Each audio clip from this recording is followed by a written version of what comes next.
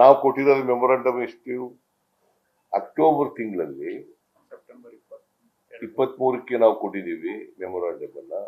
ಅವ್ರು ಬಂದು ಅಕ್ಟೋಬರ್ 9ರಿಂದ 14ರವರೆಗೆ 9ರಿಂದ 14ರವರೆಗೆ ಬಂದು ವಿಸಿಟ್ ಮಾಡಿ ಅಕ್ಟೋಬರ್ 20ಕ್ಕೆ ಕೊಟ್ಟಿದ್ದಾರೆ ಅಂತ. ಅಕ್ಟೋಬರ್ 20ಕ್ಕೆ ರಿಪೋರ್ಟ್ ಕೊಟ್ಟಿದ್ದಾರೆ ಅಂತಕ್ಕಂಥದ್ದು ನಮ್ಮ ಇನ್ಫಾರ್ಮೇಶನ್.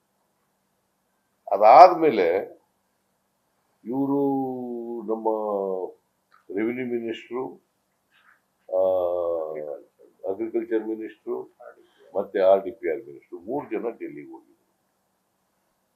ಯಾಕಂತಂದ್ರೆ ಡೆಲ್ಲಿಗೆ ಹೋದಾಗ ಅವರು ಇವ್ರಿಗೆ ಇಂಟರ್ವ್ಯೂನೇ ಕೊಡ್ಲಿಲ್ಲ ಮಿನಿಸ್ಟರ್ಸ್.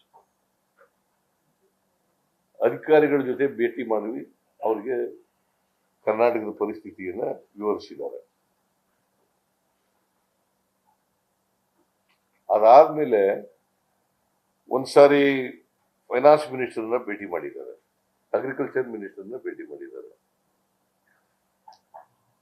ಅವ್ರಿಗೂ ಕೂಡ ಕರ್ನಾಟಕದ ಪರಿಸ್ಥಿತಿಯನ್ನ ವಿವರಿಸಿದ್ದಾರೆ. ನಾನೇ ಮತ್ತೆ ನಾನು ಪತ್ರ ಬರೆದಿದ್ದೀನಿ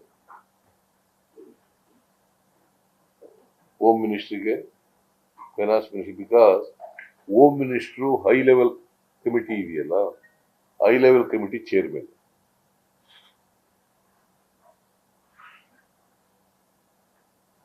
ನಾನು ಪತ್ರ ಬರೆದ ಮೇಲೆ ಪ್ರೈಮ್ ಮಿನಿಸ್ಟರ್ನ ಅಪಾಯಿಂಟ್ಮೆಂಟ್ ತಗೊಂಡು ನಾನು ರೆವಿನ್ಯೂ ಮಿನಿಸ್ಟ್ರು ಕೃಷ್ಣ ಬೈರೇಗೌಡ ನಾವಿಬ್ರು ಕೂಡ ಹೋಗಿ 19 ಡಿಸೆಂಬರ್ ಪ್ರೈಮ್ ಮಿನಿಸ್ಟರ್ನ ಭೇಟಿ ಮಾಡಿದೀವಿ. ಭೇಟಿ ಮಾಡಿ ಅವರಿಗೆ ಮನವಿ ಮಾಡ್ಕೊಂಡಿದ್ವಿ, ಕೂಡಲೇ NDRF ಮೀಟಿಂಗ್ ಮಾಡಕ್ಕೆ ಹೇಳಿ ದುಡ್ಡು ಬಿಡುಗಡೆ ಮಾಡಿ. ಕಷ್ಟದಲ್ಲಿದ್ದೀವಿ ನಾವು. ಕರ್ನಾಟಕದಲ್ಲಿ 240 ತಾಲೂಕುಗಳಲ್ಲಿ 223 ತಾಲೂಕುಗಳು ಬರಗಾಲ ಅಂತ ಡಿಕ್ಲೇರ್ ಮಾಡಿದ್ದೀವಿ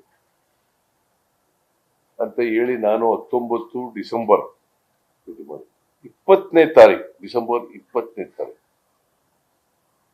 ಹೋಮ್ ಮಿನಿಸ್ಟರ್ ಅಮಿತ್ ಶಾ ಅವರನ್ನ ನಾನು ಮತ್ತೆ ಕೃಷ್ಣ ಬೈರೇಗೌಡ ಭೇಟಿ ಮಾಡಿದ್ದೆ. ಅವ್ರಿಗೆ ಭೇಟಿ ಮಾಡಿ ಎಲ್ಲನೂ ಪರಿಸ್ಥಿತಿ, ಕರ್ನಾಟಕದ ಪರಿಸ್ಥಿತಿ ಎಲ್ಲ ವಿವರಿಸಿದ್ದೀವಿ.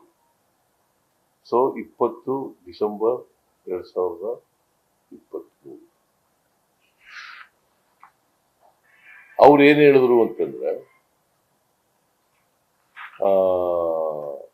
ಇಲ್ಲ 23ನೇ ತಾರೀಕು ಮೀಟಿಂಗ್ ಕರೆದಿದ್ದೀನಿ, ಹೈ ಲೆವೆಲ್ ಕಮಿಟಿ ಮೀಟಿಂಗ್ ಕರೆದಿದ್ದೀನಿ, ಯು ಟೇಕ್ ಎ ಡಿಸಿಷನ್ ಅಂತ ಹೇಳಿದ್ರು. ಅದಾದ್ಮೇಲೆ ಪ್ರೈಮ್ ಮಿನಿಸ್ಟರ್ ಇಲ್ಲಿಗೆ ಬೆಂಗಳೂರು ಬಂದಿದ್ರು. ನಾನು ಅವ್ರಿಗೂ ಕೂಡ ಇದನ್ನ ರಿಮೈಂಡ್ ಮಾಡಿದೆ, ಈ ತರ ಪರಿಸ್ಥಿತಿ ಇದೆ ಕರ್ನಾಟಕದಲ್ಲಿ, ನಾವು ನಿಮ್ಮನ್ನು ಭೇಟಿ ಮಾಡಿ ಎಲ್ಲ ವಿವರಿಸಿದ್ದೀವಿ, ಅದನ್ನ ಮಾಡಿ ಅಂತೇಳಿ. ಇಲ್ಲ ಇಮಿಡಿಯೇಟ್ ಆಗಿ ಮಾಡ್ತೀವಿ ಅಂತ ಹೇಳಿದ್ರು.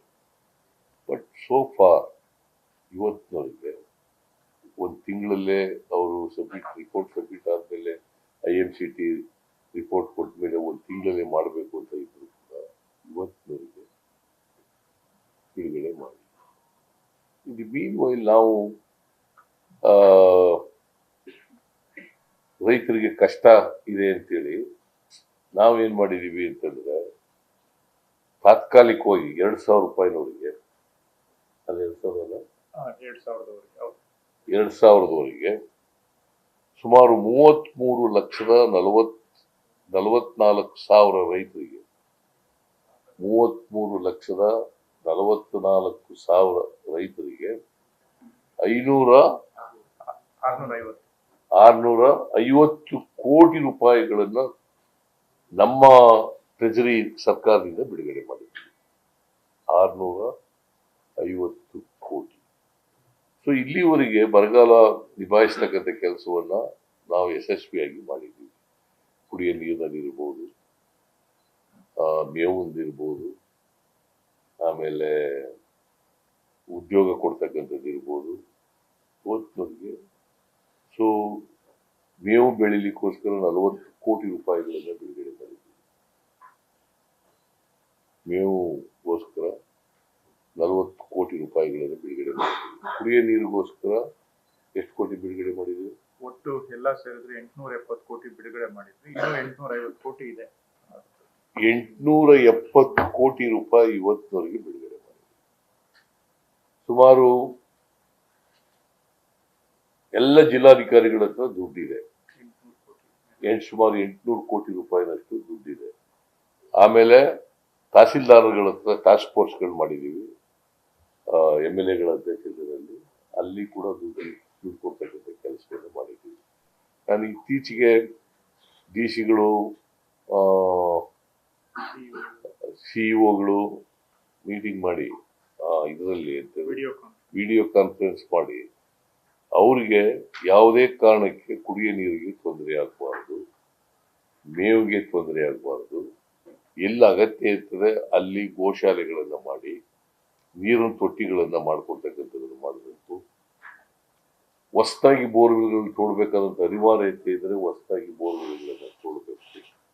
ಈಗಿರ್ತಕ್ಕಂಥ ಬೋರ್ವೆಲ್ಗಳಿಗೆ ಫ್ಲಶಿಂಗ್ ಮಾಡಬೇಕು, ಅದಕ್ಕೆ ಪೈಪ್ ಹಾಕಿ ನೀರು ಕೊಡ್ತಕ್ಕಂಥದ್ದನ್ನು ಮಾಡಬೇಕು. ಜೊತೆಗೆ ಖಾಸಗಿಯವರ ಬೋರ್ವೆಲ್ಗಳನ್ನು ಕೂಡ ಕೊಂಡ್ಕೋಬೇಕು, ಆಮೇಲೆ ಬಾಡಿಗೆಗೆ ತಗೋಬೇಕು ಅಂತ.